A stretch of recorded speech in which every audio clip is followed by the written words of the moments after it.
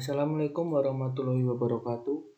Saya Dimas Satrio Panula, NPM 20.05040.0021, kelas A dari Prodi Teknik Informatika S1 semester 1.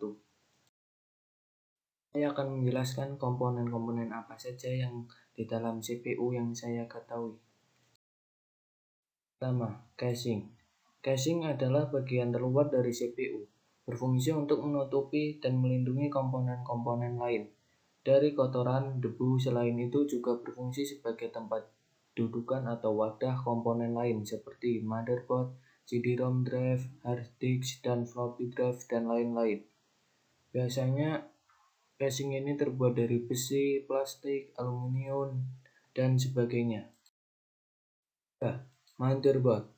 Motherboard merupakan papan sirkuit tempat berbagai komponen elektronik atau komponen komputer lainnya saling terhubung, seperti prosesor, video card, sound card, hard disk, dan lain sebagainya. Ada beberapa komponen motherboard seperti soket, slot SATA, slot PCI, dan I/O ports.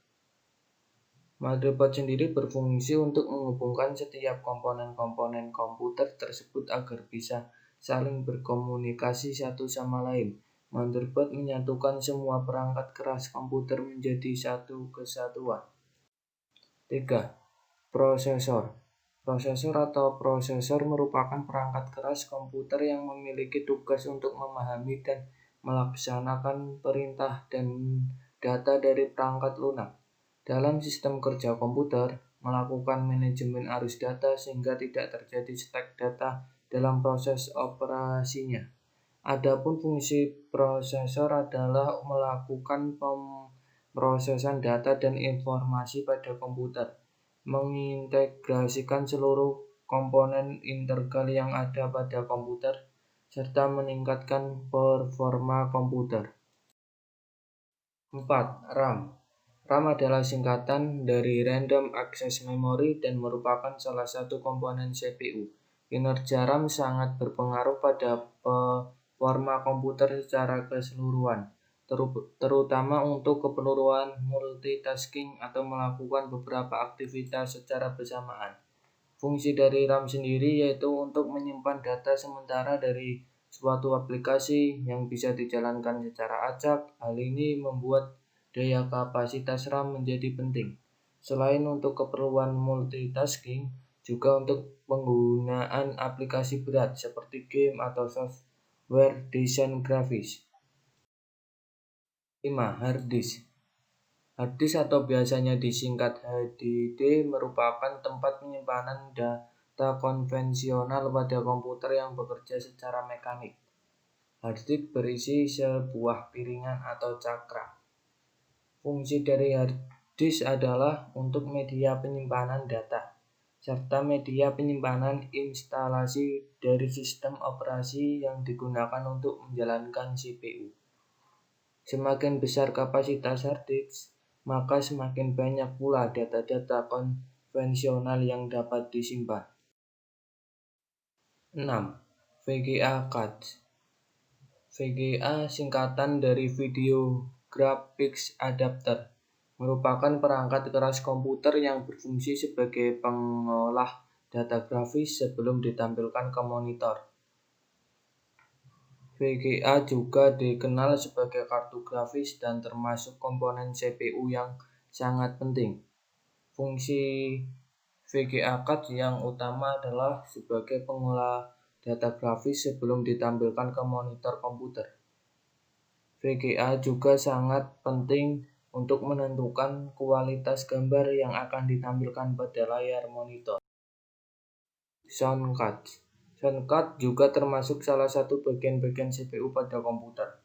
Bagian ini memiliki fungsi sebagian pengolah audio untuk perangkat komputer. Fungsi sound card yang lainnya adalah sebagai prosesor audio untuk komputer.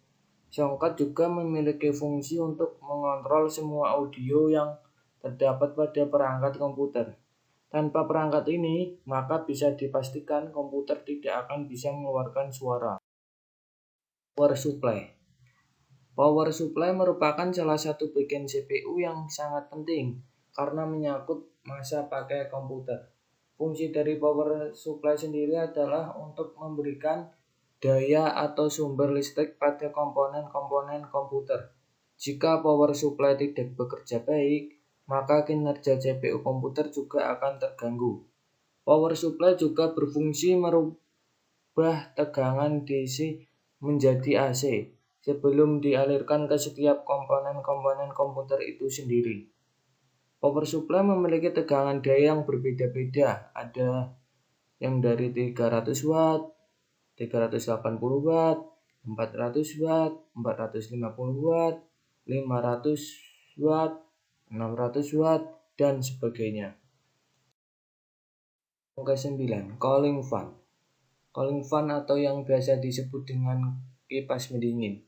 Fungsi dari cooling fan penting dalam menjaga dan menstabilkan suhu pada CPU. Hal ini penting untuk mengantisipasi peningkatan suhu, terutama jika melakukan aktivitas berat pada komputer. Cooling fan juga mampu menghindari kejadian-kejadian yang tidak diinginkan. Misalnya seperti overheat atau mati mendadak karena berhentinya kinerja CPU.